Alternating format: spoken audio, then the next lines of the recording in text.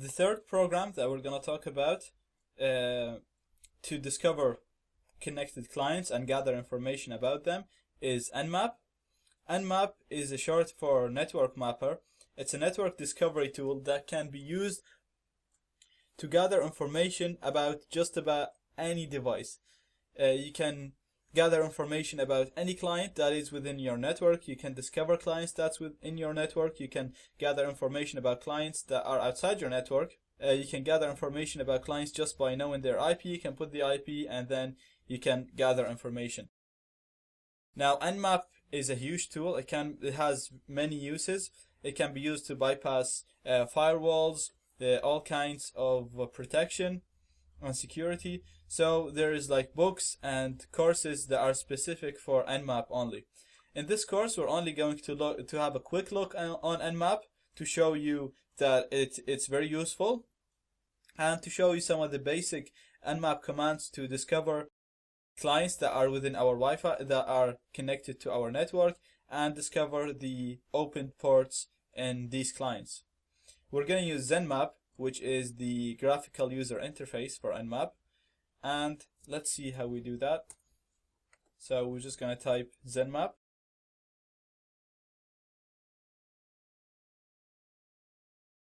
So in the target, you're going to put your IP address. If there is only one IP address that you want to gather information about, you can just put that address, or you can put a range like we did with NetDiscover.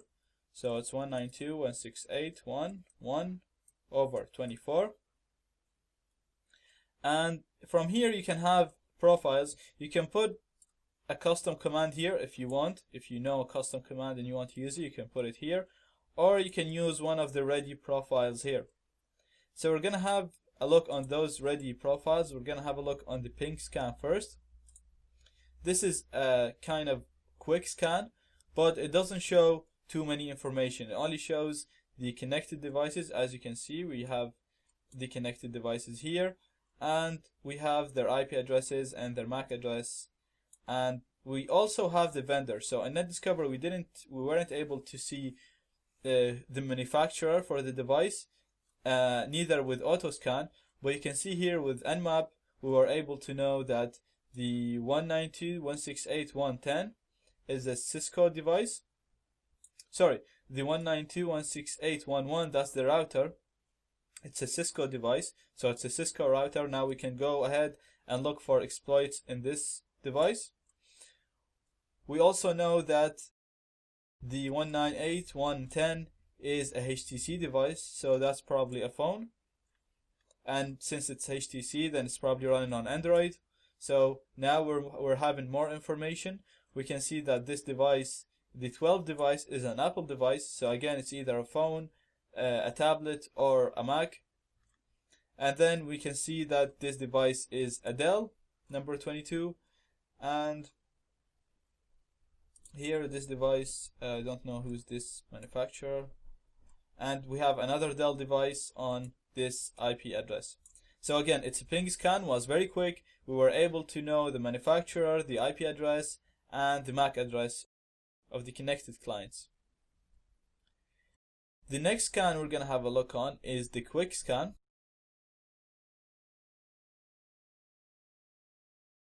Now this is going to be slightly slower than the ping scan, but we will get more information than the ping scan. We're going to be able to identify the open ports in each device. And here we go. You can navigate in between the devices from here, from this panel. So we can see the main, the router has these open ports. So it has number 80 open and these ports are closed. We can see again remember in AutoScan we saw that one of the devices had 22 port open. Now we know that that's the Apple device. So we still don't know what's this device, whether it's an Apple computer or a tablet or a phone, but we know it's an Apple device with 22 port open, which is the SSH port. We can go on all the devices, and as you can see, we can see the open ports on them. That's the Dell device. It has 2 ports open. It has a web server running on 80, and it has some service running on this port. Now let's have a look on the QuickScan Plus, which will take the QuickScan one step further. It's going to be a bit slower again from the QuickScan, but it will show us the programs that are running on the opened ports. So in the QuickScan, we saw, for example, port 80 is open, but we didn't know what's running on port 80. Or we saw port 22 running, but we didn't know what's running. We know it's SSH, but we don't know what SSH server is running on that port. So again, you can see this is taking longer than the QuickScan.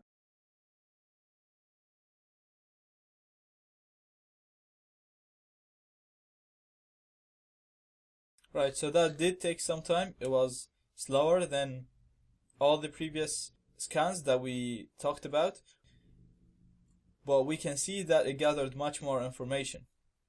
We can see that we have 2 Linux devices connected here. So it got us the operating system of the devices connected. It also got us the version for the programs. So for example, we have the 192.168.112, the Apple device. We didn't know what Apple device it was. We were saying it could be a computer, it could be a laptop, it could be a phone. Now we know on 22 open on the 22 port. Last time we only knew it's open. Now we know it's running. The server that's running there is Open SSH 6.1. So we can go again and look for remote exploits, and we can hack that device right away. And when we go here on the device type, you can see it's a media device, it's a phone. So it is actually an iPad, it's not a phone, but iPhones and iPads, they're classified, they use nearly the same iOS version. So that's accurate enough.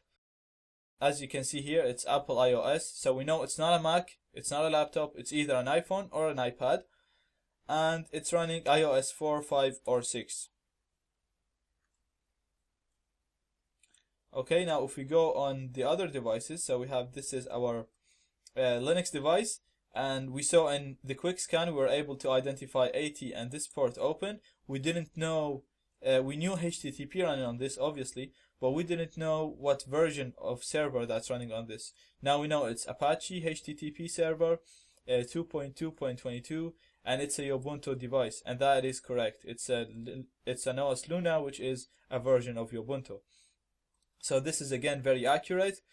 We can go ahead and look for exploits and vulnerabilities for this. And this port, we didn't even know what service it runs on. Now we know it's a UPnP server, and it's MediaTomp, the type of server or the program. It's MediaTomp UPnP server. And again, this is very accurate. This is actually the version of the program. So and it's telling us it's a Dell computer, and that is correct again. So we're getting very, very specific, accurate information about our targets. We can see here the Microsoft device, again the Windows device. It's running Microsoft HTTPPA, which is another UPnP server on this port.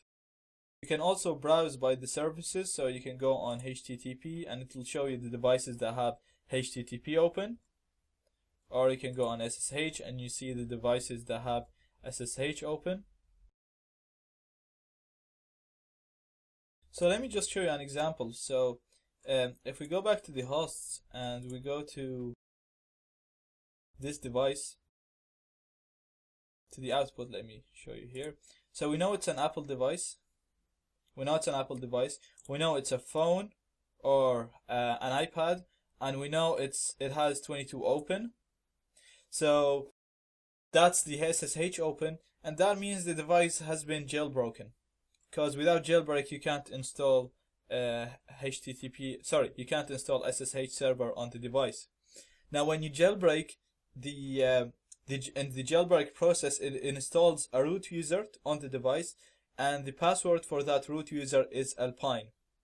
Now, it's ALPINE. Most people don't even know that happens, and even the people that know, like myself, are too lazy to change it.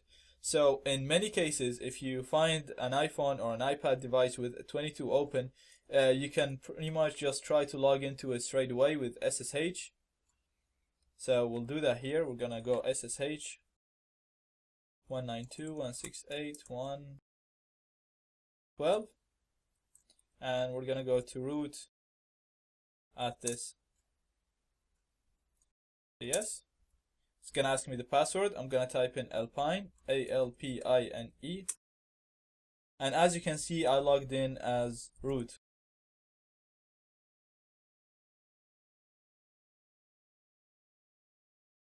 So this is just an example of how useful gathering information is.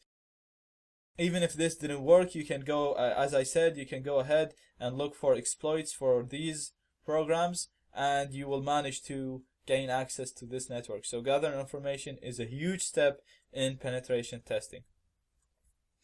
Nmap is a huge tool.